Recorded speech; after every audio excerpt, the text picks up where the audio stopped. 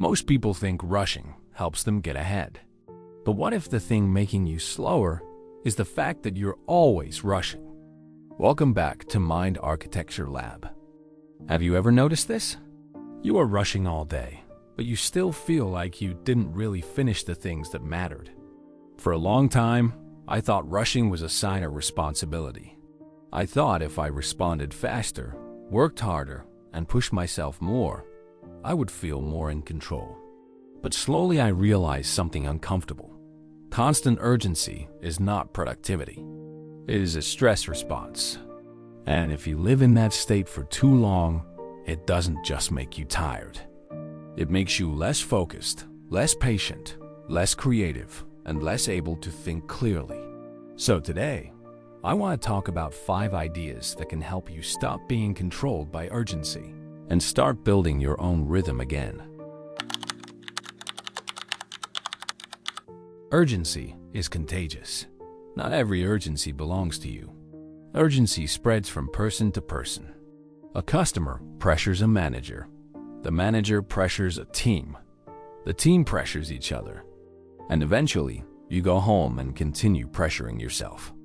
This happens everywhere. Someone sends an urgent email. Someone says, "Can you take a quick look?" Someone asks for an update before you even had time to think. And if you are a responsible person, your first reaction is usually to absorb that pressure. You feel like you have to respond right away. You feel like if you slow down, people will think you are not reliable. But here is the truth. Not every urgent feeling around you is your emergency. Sometimes urgency is real. But many times, urgency is just someone else's anxiety looking for a place to land. And if you don't create a boundary, you become that place. So before you accept someone else's urgency, pause and ask, is this truly urgent, or is this just loud? Because loud and important are not the same thing.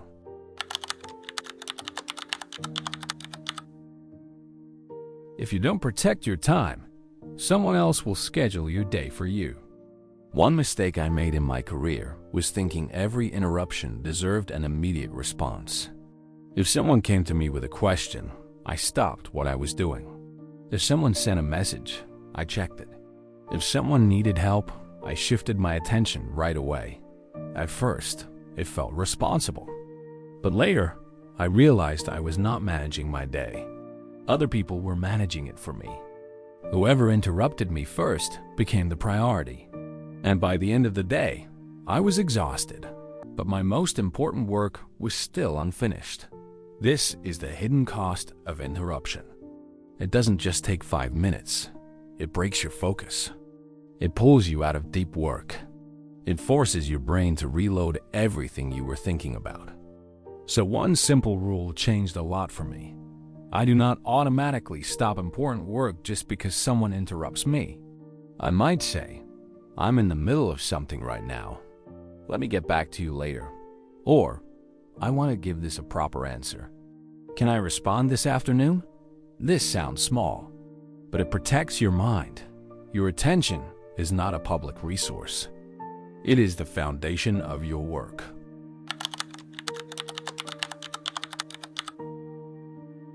Instant replies create instant expectations.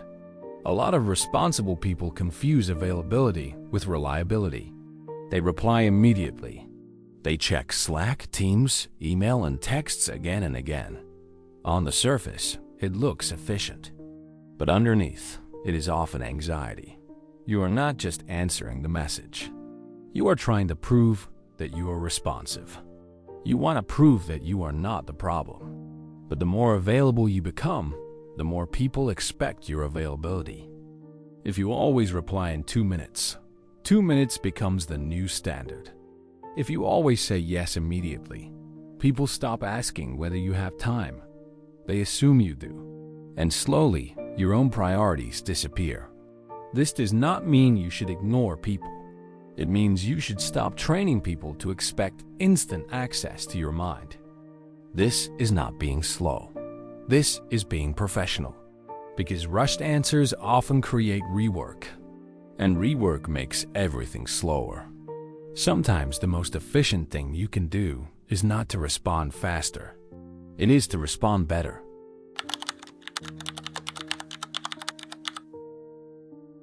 Here is something many people experience. Work is over. The laptop is closed, but your mind is still running. You are eating dinner, but thinking about tomorrow's problem. You are with your family, but half of your attention is still at work. You are lying in bed, physically tired, but your brain refuses to shut down.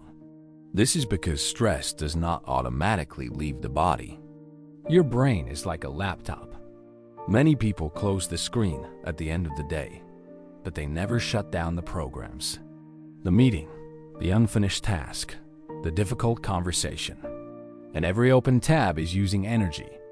This is why rest does not always feel like rest. Your body left work, but your nervous system did not.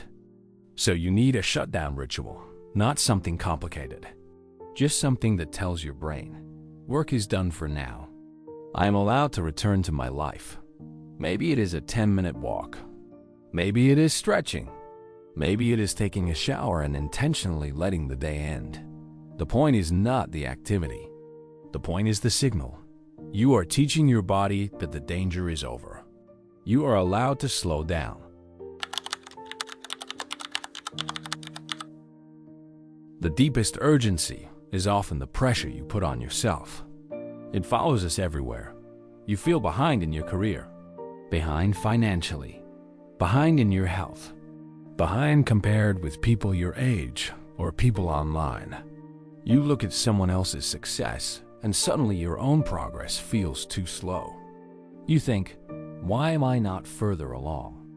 Why am I not growing faster? And then urgency turns inward. You stop respecting the time it takes to build something real. You start forcing, chasing, comparing, changing direction too quickly. And this is where urgency becomes dangerous. Because urgency does not always make you move faster. Sometimes it makes your movement worse. Your decisions become reactive. Your work becomes scattered. Your energy becomes unstable. And you may quit something valuable simply because it did not grow as fast as you expected. Most people don't quit because they fail. They quit because they expected results before the process had time to work. But almost everything meaningful has a growth cycle that cannot be rushed. A strong career takes time. A healthy body takes time. A deep relationship takes time. A clear mind takes time. A meaningful life takes time. You cannot force these things into existence through anxiety. You build them through consistency. So stop confusing urgency with progress. Rushing may make you feel responsible, but it can also steal your clarity. It can steal your focus. It can steal your health. And eventually, it can steal your ability to enjoy the life you are working so hard to build. This does not mean you should move slowly forever. It means you should move with rhythm, with intention, with patience, with respect for your own mind. The people who go far are not always the people who move the fastest. They are the people who keep going without destroying themselves. Truly good things are rarely rushed. They are built. They are protected. They are allowed to grow. Give yourself time. Slow is fast.